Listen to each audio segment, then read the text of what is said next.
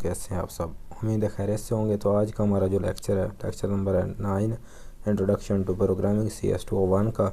Lecture number 9 जो है बड़ा इंपॉर्टेंट लेक्चर है, क्योंकि इससे पहले ऑलमोस्ट जितनी बेसिक्स कोडिंग की थी वो हम कवर कर चुके हैं। इसके बाद एक थोड़ा हमारा अगला स्टेप इंटरमीडिएट या एडवांस लेवल का आप कह सकते हैं कोडिंग स्टेप होगा।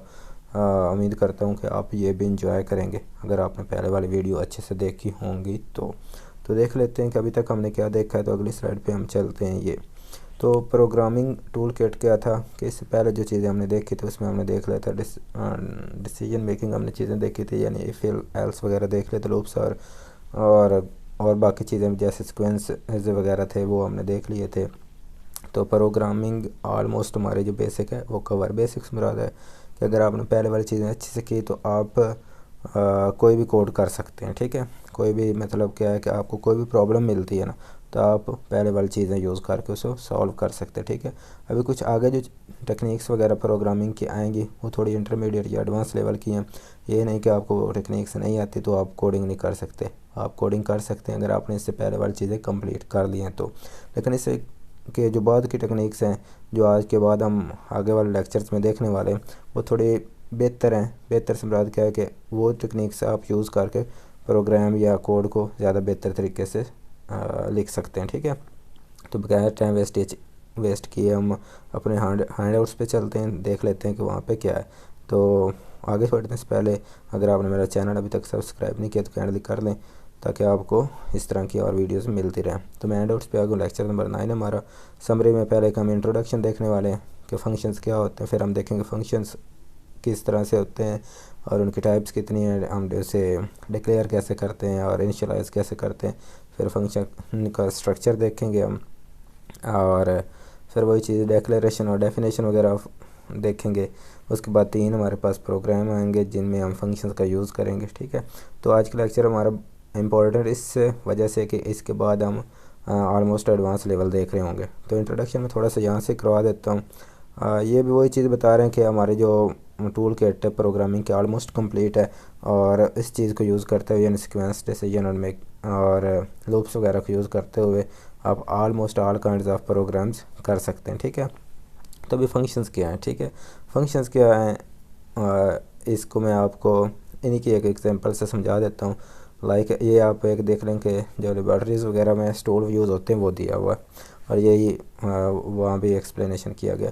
अभी मेन मकसद क्या है कि हमने एक स्टूल क्रिएट करना है, एक स्टूल बनाना है, ये हमारा एक मेन मकसद है। ठीक है, तो मेन टास्क है कि हमने स्टूल क्रिएट करना है, और माइनर टास्क क्या है कि हमने उसके बैठने वाली जगह यानी सीट कैसे बनानी है, उसके लेग्स वगैरह कैसे रेडी करनी है। तो अगली स्लाइड पे मैं आपको एक दफ़ा लेके चलता हूँ कि स्टूल बनाने के लिए हमें क्या चीज़ चाहिए। एक्चुअली में जो हमारी मेन टास्क है वो तो है कि हमने स्टूल मेक करना है। ठीक है, स्टूल हमने बनाना है। तो सब टास्क कौन सी हैं, जैसे कि हमने सीट बनानी है, जैसे कि हमने उसकी 4 और 3 लेग्स बनानी है। ठीक हो गया, और उन सब को इकट्ठा करना है। तो मेन टास्क क्या था, स्टूल क्रिएट करना। तो हमारा मेन टास्क क्या होता है कि हम किसी प्रॉब्लम को सॉल्व करने वाले होते हैं। ठीक है, अब उसकी सब टास्क कैसे होती हैं, यानी उसी जो हमारी मेन प्रॉब्लम है उसको हम क्या करते हैं, ब्रेक करते हैं, और ब्रेक करके हर चीज़ के लिए यानी हर प्रॉब्लम के लिए हम सेपरेटली फ़ंक्शन बनाते हैं। फ़ंक्शन से पहले आप वाकिफ़ हैं, मतलब आपको पता नहीं था लेकिन आप फंक्शन में काम कर रहे थे। तो मैं आपको पहले तो वो फंक्शन दिखा देता हूँ कि इस फंक्शन के अंदर हम काम कर रहे थे। जैसे कि यहाँ मैंने मेन स्ट्रक्चर लिखा हुआ है, तो ये जो मेन चीज़ थी ना, मेन ये एक्चुअली में एक फ़ंक्शन ही था। ठीक है, तो फंक्शन क्रिएट भी ऐसे ही करते हैं, यानी हम फंक्शन का नाम लिखते हैं और ये ब्रेसेस लगाते हैं, उसके बाद हम कर्ली ब्रेसेस लगाते हैं, और यहाँ हम जितना कोड करते हैं वो फंक्शंस के स्टेटमेंट्स या उसकी बॉडी कोड कहलाता है। ठीक है, तो आज से हम देखेंगे कि हम कस्टम फंक्शंस अपने रिक्वायरमेंट के मुताबिक कैसे बनाते हैं। ठीक है, टाइम ज़्यादा वेस्ट नहीं करना चाह रहा, तो हम एक दफ़ा हैंडआउट्स पे वापस आते हैं। तो यहाँ वो स्टूल वाली जो है एग्जांपल एक दी गई है, और काफ़ी इन्होंने उस पर रीडिंग मटेरियल दिया हुआ है, तो इतना ये इंपॉर्टेंट नहीं है। हम मेन चीज़ देखने वाले कि फ़ंक्शन क्या है। तो फंक्शन क्या चीज़ होती है, तो ये मैंने पहले बता दिया, ये क्या है, एक सब टास्क है। ठीक है, ये किस तरह काम करती है वो हम आगे देख लेंगे। सब टास्क का मतलब क्या है कि वो एक्चुअली में कार्य हम इसलिए रहे होते हैं कि हमारी मेन टास्क कंप्लीट हो जाए, ठीक है। तो यहाँ भी यही चीज़ यहाँ आप देखेंगे कि बता रहे हैं कि हम पहले ही देख चुके हैं कि हम मेन फंक्शन को किस तरह यूज़ कर रहे थे अपने हर प्रोग्राम के अंदर, ठीक है, हर कोड के अंदर। तो फंक्शन के लिए आगे जाके आपको एग्जांपल भी समझाता हूँ, लेकिन उसके हम देख लें टाइप्स कितनी होती हैं, थोड़ा सा हम रीड कर लेना। तो फंक्शन के जो होते हैं फंक्शंस होते हैं मेन कितने होते हैं, दो टाइप्स के। एक होता है रिटर्न टाइप फंक्शन और दूसरा होता है जिसकी कोई वैल्यू रिटर्न टाइप नहीं होती, डू नॉट रिटर्न वैल्यू। जो रिटर्न टाइप फंक्शंस होते हैं उनके बारे पहले हम एक दफ़ा कोड पे चलते हैं, फिर इसका मेन स्ट्रक्चर देख लेते हैं, या एक्चुअल पहले हम मेन स्ट्रक्चर देख लेते हैं, उसके बाद हम कोड पे चलते हैं, तब देख लेते हैं कि रिटर्न टाइप और नॉन रिटर्न टाइप में फ़र्क क्या है। फंक्शन का स्ट्रक्चर क्या है कि सबसे पहले हमने क्या करना है कि रिटर्न टाइप वैल्यू लिखने की, जो हम फंक्शन लिख रहे हैं उसकी वैल्यू क्या होनी, वो कौन सी रिटर्न टाइप का होना चाहिए, उसकी रिटर्न टाइप क्या होनी चाहिए। रिटर्न टाइप से मुराद क्या है कि मैं आपको अपनी वर्डिंग में ऐसे बता सकता हूँ कि उस फंक्शन के अंदर या उस पीस ऑफ कोड के अंदर हम जिस टाइप का डेटा यूज़ करना चाह रहे हैं वो उस फंक्शन की रिटर्न टाइप कहलाती है। लाइक हम इंट टाइप का डेटा रिटर्न करना चाह रहे हैं तो मैं बताऊंगा पहले कि हमें इन टाइप का फंक्शन चाहिए, ठीक है, यानी हमने उसकी रिटर्न टाइप बता दी। और फिर उसके बाद है फंक्शन का नाम। फंक्शन का जो नेम होगा ये यूज़र डिफाइंड होता है, हमने अपने पास से रखना होता है। तो लाइक अगर हमने दो नंबर्स को सम करना है तो उसका मैं रख देता हूँ इंट टाइप के नंबर होंगे, फंक्शन का नाम होगा सम। उसके बाद हम ये लगाएंगे ब्रैकेट्स और इसके बाद हम लगाते हैं उसकी बॉडी ब्रैकेट्स या करली ब्रेसेस। अब इसके अंदर जितना हम कोड लिखेंगे, हाँ, वो यानी जो हम फंक्शन से काम करवाना चाह रहे हैं वो वाला हम यहाँ कोड लिखेंगे। तो हमारा यहाँ पे मकसद है कि हमने दो नंबर्स को जमा करवाना है, तो नंबर भी मैं यहाँ ही दे देता हूँ ताकि आपको समझ आ जाए। लाइक हमारा इंट टाइप का है, नंबर 1 जो है उसका नाम हम रख देते हैं क्या, ए रख देते हैं। वैल्यू यहाँ ही मैं उसे इनिशियलाइज़ कर देता हूँ, इसकी वैल्यू कर देता हूँ 10। और दूसरा भी इंट टाइप का नंबर रख देता हूँ मैं और उसकी वैल्यू भी कर देता हूँ 20, ठीक है। अब थर्ड नंबर भी वही भी इंट टाइप का रखता हूँ, इसका नाम मैं कर देता हूँ सम। और सम में हम क्या करेंगे ए प्लस बी कर देते हैं और फिर हम इसको शो करवा देते हैं सी आउट से, सी आउट। और हम करेंगे क्या, यहाँ जस्ट हम जो थर्ड हमारा वेरिएबल उसे कॉल कर रहे हैं, ठीक है। एक दफ़ा हम प्रोग्राम को रन करते हैं, 0 एरर 0 वार्निंग है, गुड हो गया। अभी एक दफ़ा आप ध्यान दीजिएगा कि मैं यहाँ ही प्रोग्राम रन कर रहा हूँ तो देखें कोई भी आउटपुट नहीं है, ठीक है। अब आउटपुट आई थिंक आपने अगर पहले वाले लेक्चर्स देखे होंगे ना तो आपको पता होगा कि मैंने आपको बताया था कि जो भी चीज़ मेन फंक्शन के अंदर होगी यानी इसके अंदर होगी तो वही आउटपुट होगी। तो अब देखिए ये तो फंक्शन हमने खुद यूज़र डिफाइंड है तो सेपरेट है ना, तो इसको किस तरह से हमने यूज़ करना है। तो हम इसको यूज़ करते हैं, ये आप एंड्रॉइड्स पे भी देख लेंगे कि इसको हम यूज़ सिर्फ ऐसे कर सकते हैं कि जो हमने फंक्शन का नाम रखा है ना, हम जस्ट उस सारे कोड को उस नाम से यूज़ कर सकते हैं। ये फ़र्ज़ कि हमने सम जैसे सेम था वो कर दिया है, उसका नाम रखा है और जस्ट हमने इन पे सेमीकोलन लगा दिया। अभी हम एक दफ़ा प्रोग्राम को एग्जीक्यूट करते हैं और यहाँ इसे रन करते हैं तो देखिए थर्ड ही आंसर आ गया, ठीक है। अब आपने ये देख लिया कि फंक्शन काम कैसे करते हैं। अभी एक चीज़ और आप देखिएगा जो रीयूज़ ऑफ कोड होता है फंक्शन से। अभी हम एक दफ़ा फिर प्रोग्राम को रन करता हूँ, फिर ये क्या रन, अब देखिए 2 बार 30 अभी लाइन ब्रेक मैंने नहीं की है तो इसलिए वो इकट्ठा लिखा आ रहा है। तो एक तो फंक्शन ये होते हैं रिटर्न टाइप, एक होते हैं जिनकी कोई और एक चीज़ और यहाँ पे हमने रिटर्न का कीवर्ड भी यूज़ करना होता है, ठीक है। ये इनके प्रोग्राम में हम देख लेंगे कि रिटर्न का कीवर्ड कैसे यूज़ करते हैं। और जिनकी कोई रिटर्न टाइप नहीं होती तो उनको आपने क्या करना होता है, यहाँ पे आपने जस्ट लिखना होता है, क्या लिखना होता है, वाइड। वाइड का एक्चुअली में मतलब ये होता है कि उस फंक्शन की कोई भी रिटर्न टाइप नहीं है, ठीक है। तो आंसर इसका भी सेम ही होगा, ठीक है। जैसे जैसे आप प्रोग्राम करेंगे तो आप इनका जो डिफरेंस है वो थोड़ा पता चल जाएगा। अभी आपको इसमें कोई फ़र्क नज़र नहीं आ रहा होगा, ठीक है। अब फंक्शन का नाम हमने रखना होता है, फिर आर्गूमेंट लिस्ट होती है। अब फंक्शन का नाम रखना तो आपने देख लिया कि ये जैसे हमने सम लिख दिया यहाँ पे। अब ये जो ब्रैकेट्स है ना, जैसे मेन की ये थी, अगर मैथमेटिकल आप कह लें तो छोटी ब्रेसेस जो होती हैं वो, इनके दरमियान में भी कुछ ना कुछ लिखा जाता है। अभी तक हमने कुछ नहीं लिखा। अब अगर जो इनके दरमियान में हम जो चीज़ लिखते हैं ना उसे कहते हैं हम उसके आर्गूमेंट्स। यही वर्ड इधर यूज़ किया गया हैंडआउट्स के अंदर, किधर हमने किया यूज़, ये आर्गूमेंट लिस्ट, तो ये आर्गूमेंट लिस्ट वहाँ पे दी जाती है। वो किस तरह करते हैं वो हम आगे देख लेंगे जब इनके सैम्पल प्रोग्राम आ रहे होंगे। डेक्लेरेशन क्या होती है? डेक्लेरेशन आपको पता है कि वेरिएबल को जिस तरह डिक्लेयर करते हैं तो इसी तरह हम जब फंक्शन यूज़ करना हो तो उसको पहले डिक्लेयर ही करना पड़ेगा ना। पहले हम डिक्लेयर करेंगे फिर उसको डिफ़ाइन करेंगे। डेक्लेरेशन आपने देख ली पहले ही। अब कॉलिंग मैकेनिज़्म भी मैंने आपको बता दिया। कॉलिंग मैकेनिज़्म से मुराद है कि हम फंक्शन लिख तो लेते हैं, जैसे हमने सम का फंक्शन ये ऊपर लिख तो लिया, इसको यूज़ कैसे करते हैं जैसे हमने ये नीचे यूज़ किया, इसे कहते हैं कॉलिंग मैकेनिज़्म के टॉपिक में ये जस्ट डिफ़ाइन किया गया कि हम फंक्शन को कॉल कैसे करते हैं, यूज़ कैसे कर रहे होते हैं। ठीक है। तो अच्छा, ये जो ऊपर वाइड और इंट का मैंने जिक्र किया ना, तो आगे सैम्पल प्रोग्राम में इसको मैं एक्सप्लेन कर दूंगा कि इंट जब हमने एक रिटर्न टाइप फंक्शन यूज़ किया है तो रिटर्न की वर्ड यूज़ करना लाजमी हो जाता है, और जब वाइड करते हैं तब हमारे लिए लाजमी नहीं होता। ठीक है। और एक चीज़ और मैं आपको यहाँ बता दूं, अगर हमने वाइड टाइप फंक्शन यूज़ किया तो यहाँ हम अपनी मर्ज़ी से कोई भी आर्गूमेंट उसको दे सकते हैं, लेकिन हमने अगर रिटर्न टाइप फंक्शन यूज़ किया है यानी किसी कोई ख़ास रिटर्न टाइप फंक्शन के, फिर हमें उसी टाइप के यहाँ आर्गूमेंट्स भी देने पड़ेंगे। वो भी हम आगे देख लेते हैं। मैं इसलिए साथ साथ बता रहा हूँ, अगर वीडियो में हम वो चीज़ें डिस्कस नहीं करते तो आपके ज़हन में होंगे वो क्या चीज़ है। ठीक है। अब डिक्लेरेशन क्या है वो मैंने आपको बता दिया कि जिस तरह हम वेरिएबल को डिक्लेयर करते हैं उसी तरह फंक्शन को डिक्लेयर करते हैं। डेफिनेशन ऑफ फंक्शन क्या है कि हमने डिफ़ाइन करना होता है फंक्शन को कि एक्चुअली में फ़ंक्शन ने काम क्या करना है, उसे कहते हैं डेफिनेशन ऑफ फंक्शन। ठीक हो गया। ये यहाँ भी उन्होंने बताया कि डेक्लेरेशन से मुराद है कि हम जस्ट ऊपर बता रहे हैं, यानी यहाँ पर आ जाए ना, तो ये जो वाइड सम है और इसके कोई भी आर्गूमेंट्स होंगे तो ये हमारा डेक्लेरेशन होगा, और ये जो इसका कोड वाला हिस्सा होगा सारा उसकी बॉडी के अंदर, ये उसकी डेफिनेशन होगी। ठीक है। और आगे इसका कौन सा टॉपिक है, ये कोडिंग जो है ना, ये हम जब सैम्पल प्रोग्राम जैसे आगे वो देखेंगे तो उसमें कोडिंग कैसे देख लेंगे। मेन चीज़ जो होती है ना, जो मैं आपको समझा रहा होता हूँ वो इसलिए समझा रहा होता हूँ कि आपको सारा रीड ना करना पड़ जाए। अगर मेरे जो मैं वीडियो बना रहा होता हूँ ये ध्यान से सुन लेंगे तो आपको सारे कंसेप्ट ऑलमोस्ट क्लियर हो जाएंगे। ठीक है।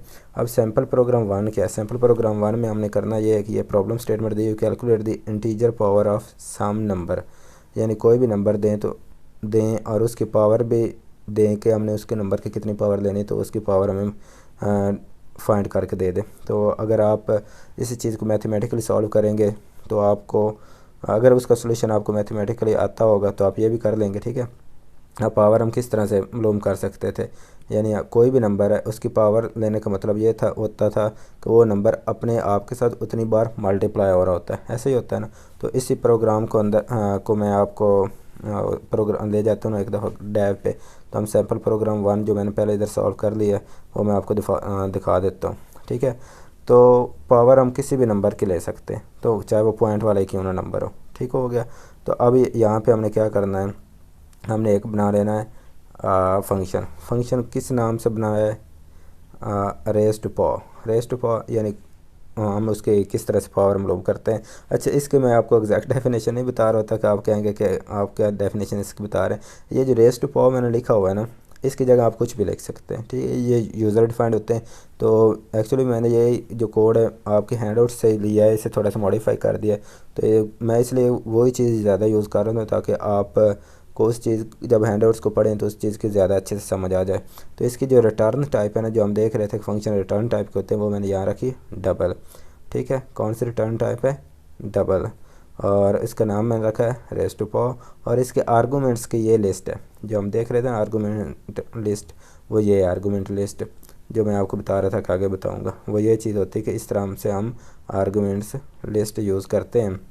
यानी इसके अंदर दो आर्गूमेंट आएंगे, एक आएगा डबल टाइप का यानी पॉइंट के अंदर आएगा, दूसरा आएगा इंट टाइप का। ठीक हो गया। अभी उसके हम आ जाते हैं डेफिनेशन के अंदर, और हम डिफ़ाइन कैसे कर रहे हैं, एक वेरिएबल बना रहे हैं फंक्शन के अंदर, उसका नाम रख रहे हैं रिज़ल्ट, फिर एक वेरिएबल बना रहे हैं इंट टाइप का, उसका नाम रख रहे हैं आई, और जो रिज़ल्ट टाइप का वेरिएबल बनाया है ना उसका वैल्यू हम देते हैं 1.0। अब पॉइंट के बाद ज़ीरो क्यों लगा है? चूँकि हमने डबल वेरिएबल बनाया है, डबल टाइप का वेरिएबल बनाया है, तो पॉइंट हमें लाजमी यूज़ करना पड़ता है, इसलिए हमने 1.0 से वैल्यू इनिशियलाइज़ कर दिया। अभी यहाँ पे हमने फार लूप यूज़ किया। अगर फार लूप का आपको नहीं पता है तो आप पहले फार लूप वाली वीडियो देख लें ताकि आपको लूप्स वगैरह की समझ आ जाए। ठीक है। फार लूप को हम क्या करते हैं, पहले हमने यहाँ इंट टाइप का एक वेरिएबल बनाया है, अब इंट को यहाँ इनिशियलाइज़ किया 1 से, और इसको जो कंडीशन दी वो ये दी हमने। ठीक है। कि आई की जो भी वैल्यू होगी ना वो लेस दैन और इक्वल टू रहे जो पावर की वैल्यू होगी अब पावर की वैल्यू देनी किसने, वो यूज़र ने देनी है। कहाँ देनी वो हम देख लेते हैं बाद में, लेकिन यहाँ हमने इनिशियलाइज उसका नाम कर दिया आर्गूमेंट्स के अंदर। आर्गूमेंट्स की लिस्ट हम जिस तरह वेरिएबल डिक्लेयर करते हैं वैसे ही वो भी हमने करना होता है। और यहाँ पे हमने इंक्रीमेंट ऑपरेटर यूज़ किया कि एक एक करके उसमें इजाफा हो, ठीक है। अभी रिज़ल्ट जो है उसके अंदर क्या आना चाहिए, यानी जो रिज़ल्ट का हमने इनिशियलाइज़ किया 1.0, इसके अंदर क्या है, जो भी वैल्यू आएगा ना वो मल्टीप्लाई हो जाए, ये मल्टीप्लाई का ऑपरेटर है, ठीक है, एक्स से, यानी जो भी एक्स की वैल्यू होगी वो किससे मल्टीप्लाई करेगी, वो रिज़ल्ट की वैल्यू से मल्टीप्लाई कर देगी, ठीक है। अब इसी चीज़ को ये जिस तरह मैंने कमेंट किया ऐसे भी यूज़ कर सकते हैं, ठीक है। और मैंने एक चीज़ और आपको बताई थी कि जब हम कोई भी रिटर्न टाइप फंक्शन यूज़ करते हैं तो उसके लिए हमने रिटर्न का कीवर्ड लाजमी यूज़ करना होता है। तो देखिए हमने रिटर्न क्या करवाना है, यहाँ हमने रिटर्न कराना है रिज़ल्ट, कि हमें उसका रिज़ल्ट शो हो जाए। अभी हमने प्रोग्राम तो लिख लिया, हमने क्या कराना था, किसी भी वैल्यू की हमने देखनी है कि उसकी पावर कैसे आती है, ठीक है। अभी हम मेन फंक्शन में आ जाते हैं। अब मेन फंक्शन में सारा काम हमें मेन फंक्शन में करना है। जस्ट यहाँ जहाँ पे फार्मूला यूज़ होगा ना पावर का, तब हमने ये वाला जो फंक्शन बनाया वो यूज़ करना है। तो यहाँ पे मेन फंक्शन के अंदर हमने क्या करना है, सबसे पहले एक वेरिएबल बना हुआ है एक्स टाइप का, फिर एक और वेरिएबल बना हुआ है इंट टाइप का।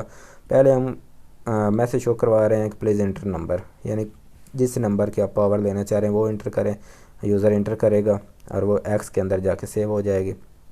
अभी डबल क्यों मैंने लिखा हुआ है, अगर हम यहाँ इंट करते हैं और यूज़र दे देता है हमें पॉइंट के अंदर कोई भी वैल्यू, तो वो पॉइंट वाले हिस्से को स्किप कर देगा। अगर आपने यूज़र को ये वैल्यू सपोर्ट देनी है कि वो पॉइंट वाला नंबर भी, इशारिया वाला नंबर भी दर्ज करे, तो उसके लिए आपको इंट की बजाय डबल यूज़ करना पड़ेगा, ठीक है। अब फिर हम यूज़र से कहते हैं कि please enter the integer power to that you want this number raised to, यानी आपने जो नंबर दर्ज किया है और दूसरा वैल्यू वो पुट करें जिसकी आप ये वाली पावर लेना चाह रहे हैं। फिर यूज़र वैल्यू पुट करेगा और फिर हमारे पास यहाँ पे आ जाएगी एक्स की वैल्यू पहले आएगी, यानी जो यूज़र ने पुट की होगी। फिर हमारे पास ये मैसेज आएगा, शो होगा, ठीक है। फिर आई की वैल्यू आ जाएगी, फिर ये मैसेज शो होगा। और उसके बाद हमने क्या करना है, ये देखिएगा कि यहाँ एक्चुअली में हमने वो फार्मूला यूज़ करना है जिससे पावर मालूम करते हैं। तो यहाँ पे हम फार्मूला सारा नहीं लिख रहे। अब सारा क्यों नहीं लिख रहे, क्योंकि हमारे पास डबल का फंक्शन मौजूद है।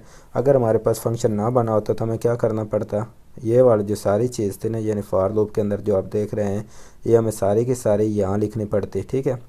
अभी एक चीज़ तो आप यहाँ ये देख रहे हैं कि हमारी जो स्पेस सेव हो रही है, ठीक है। दूसरा हम कोड को रीयूज़ कर रहे हैं, यानी आप जितनी बार मर्ज़ी इस कोड को किसी भी नंबर की पावर मालूम करना चाह रहे हैं तो आपको ये वाला सारा कोड नहीं लिखना पड़ रहा। जस्ट आप क्या कर रहे हैं, फंक्शन का नेम यूज़ कर रहे हैं और उसे सिर्फ कॉल कर रहे हैं, ठीक है। कॉल करने के बाद हम वैल्यू देंगे। अब आर्गूमेंट्स हमने क्या दिए थे, पहला हमारा आर्गूमेंट था डबल टाइप का, यानी डबल टाइप की वैल्यू आनी चाहिए।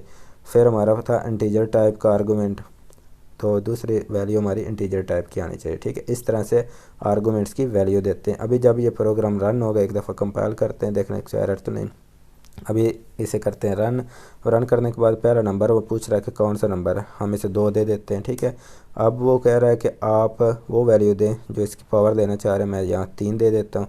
अभी यहाँ देखिएगा, अब ये लिखा आ रहा है, यहाँ हमने कोई लाइन स्पेसिंग नहीं की इसलिए ये सारा साथ ही लिखा आ रहा है 2⁻³ = 8। जस्ट ये इसका आंसर है। और उम्मीद है कि आपको इस सैम्पल प्रोग्राम की हमारी समझ आ गई होगी। अगर नहीं आई तो आप मुझे कमेंट करके पूछ सकते हैं कि जो चीज़ मैंने एक्सप्लेन की आपको नहीं समझ आए, तो मैं आपको दोबारा से कमेंट के अंदर इसका आंसर दे दूंगा। ये सारी चीज़ें यही एक्सप्लेनेशन देगी। दूसरा प्रोग्राम ये है सैम्पल प्रोग्राम कि आपने एक रिंग का एरिया मालूम करना है। तो इसके लिए क्या है कि हमें एक मैंने क्या किया, यहाँ पे एक डबल टाइप का वेरिएबल बनाया हुआ है, सॉरी फंक्शन बनाया हुआ है। हमने डिफ़ाइन किया फंक्शन और उसका नाम उसका रिटर्न टाइप तो डबल ही है, लेकिन उसका नाम क्या है, सर्कल एरिया। अब ये कस्टम होता है, यूज़र डिफाइंड होता है, कोई भी नाम इसका रख सकते हैं, ठीक है। फिर इसका जो आर्गूमेंट है वहाँ पे जस्ट हम एक ही वैल्यू ले रहे हैं, वो ले रहे हैं उसका रेडियस, यानी हम लेंगे किसका रेडियस, सर्कल का रेडियस लेंगे। फिर रिटर्न हमने क्या कराना है, रिटर्न हमने कराना है पाई की पूरा जो एक तो पाई की वैल्यू। अच्छा, रिटर्न हमने जो सारा करवाना वो तो डेफिनेटली हमने उसका फार्मूले रेडियस का करवाना है ना, तो आप इस तरह से रेडियस का फार्मूला दे रहे हैं, ठीक है, यानी पाई की वैल्यू दे रहे हैं फिर रेडियस आएगा, फिर रेडियस आएगा। अभी एक्चुअली में फार्मूला ये होता है पाई आर स्क्वायर, ऐसे ही होता है ना। तो वो पहले हम देख चुके हैं। अब आपने अगर पहले वाले वीडियोस देखें तो आपको पता ही होगा कि हम प्रोग्राम को मैथमेटिकल जो अलजेब्रिक फार्मूले होते हैं किस तरह यूज़ करते हैं। तो सेम वही चीज़ है। फिर हम मेन के अंदर आ जाते हैं। यहाँ हमने डबल टाइप के 3 वेरिएबल्स लिए हैं, रेडियस 1, रेडियस 2, और फिर हम रिंग एरिया लेंगे यूज़र से, ठीक है। रिंग एरिया यानी जो सर्कल का एरिया है वो हमने मालूम करना है। कैसे मालूम करते हैं, पहले तो हम एक मैसेज शो करवा रहे हैं, please enter the outer radius, यानी आउटर रेडियस है, यूज़र वो पुट करेगा। फिर इनर रेडियस ले लेंगे।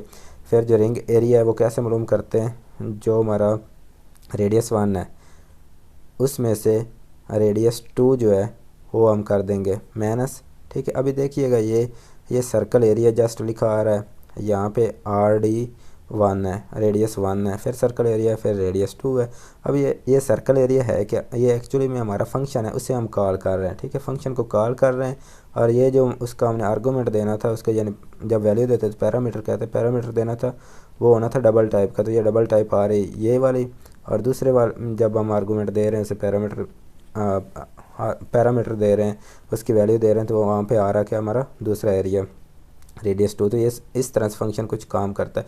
अब फंक्शन को बनाने का एक मेथड तो ये मकसद तो ये था कि हमारी स्पेस बच जाती है, बार बार कोड नहीं होता, जितनी बार उसकी ज़रूरत होगी जब हम उसको कॉल करेंगे। दूसरी बात ये होती है कि जब कभी हमें प्रोग्राम में कोई तब्दीली करनी, तो हमें अगर हमने फंक्शन नहीं यूज़ किया तो हमें हर जगह पर जाकर प्रोग्राम में या कोड के अंदर तब्दीली करनी पड़ेगी। अगर हमने कोई फंक्शन बनाया हुआ है तो जस्ट हम फंक्शन में जाकर तब्दीली कर देंगे, तो जिधर जिधर हमने यूज़ किया होगा वो ऑटोमेटिकली वहाँ पर तब्दीली आ जाएगी, ठीक है। तो फिर हमने क्या किया है कि सी आउट से मैसेज शो करवाया और रेडियस वगैरह उसका हमने शो करवा लिया। अब मैं टाइम सेव कर रहा हूँ, अभी हमारी वीडियो काफ़ी लेंथी हो जाती है, फिर से 22 मिनट की हो गई। तो जल्दी से मैं थर्ड जो हमारा सैम्पल प्रोग्राम वो देख लेते हैं। थर्ड जो सैम्पल प्रोग्राम है हमारा, इसके अंदर हमने बस ये तो शॉर्ट्स है कि हमने देखना है कि जो नंबर हम पुट करते हैं, यूज़र से कोई नंबर लेते हैं, बताना है कि वो इवन है या ऑड है, ठीक है। तो जस्ट मैंने वही यहाँ पे इंट टाइप का नंबर आ रहा होगा, तो इंट टाइप के हमने बना लिया है फंक्शन, उसका नाम रख देता है इज़ इवन का, ये इवन है, और पैरामीटर जो उसके हैं सॉरी आर्गूमेंट है वो हमने इंट टाइप का नंबर देना है, ठीक हो गया। अब यहाँ पे क्या है कि हमने इफ़ स्टेटमेंट का यूज़ किया है कि अगर वो वाला नंबर जो है, अभी सारा मैं एक्सप्लेन नहीं करूँगा, मैं कोशिश करूँगा कि 1.5 मिनट के अंदर क्लोज़ कर दूँ। अगर नंबर होगा 2 पे डिविजिबल होगा तो रिटर्न 1 है, एल्स रिटर्न 0 है। अभी हम आ जाते हैं मेन के अंदर और हम नंबर लेंगे, फिर इफ़ का यूज़ करेंगे। अगर इज़ इवन वाला यहाँ पे जो नंबर है, यानी यहाँ पे हमने इस फंक्शन को यूज़ किया है, नंबर वो अगर इवन होगा तो बता देगा इवन, अदरवाइज़ बता देगा ऑड है। अभी कंपाइल करते हैं, हम इसी को रन करते हैं। तो नंबर फ़र्ज़ के मैं दे देता हूँ 6, 5 दे देता हूँ, तभी देख लेते हैं कि ये इवन है या ऑड है। अब देख लें द नंबर इज़ ऑड, ठीक हो गया। अगर आप इवन देंगे तो यहाँ इवन आ जाएगा। एक चीज़ मैं और आपको यहाँ बता दूँ कि मैंने सारे जो फंक्शन हैं वो मेन के ऊपर डिक्लेयर किए हैं, ऊपर उन्हें डिफ़ाइन भी किया है। आप इन्हें नीचे भी कर सकते हैं, मेन से नीचे भी, लेकिन अगर आपने नीचे किए हैं तो आपको एक एरर फेस करना पड़ेगा, क्योंकि प्रोग्राम एक लय में चलता है, एक सीक्वेंस में चलता है।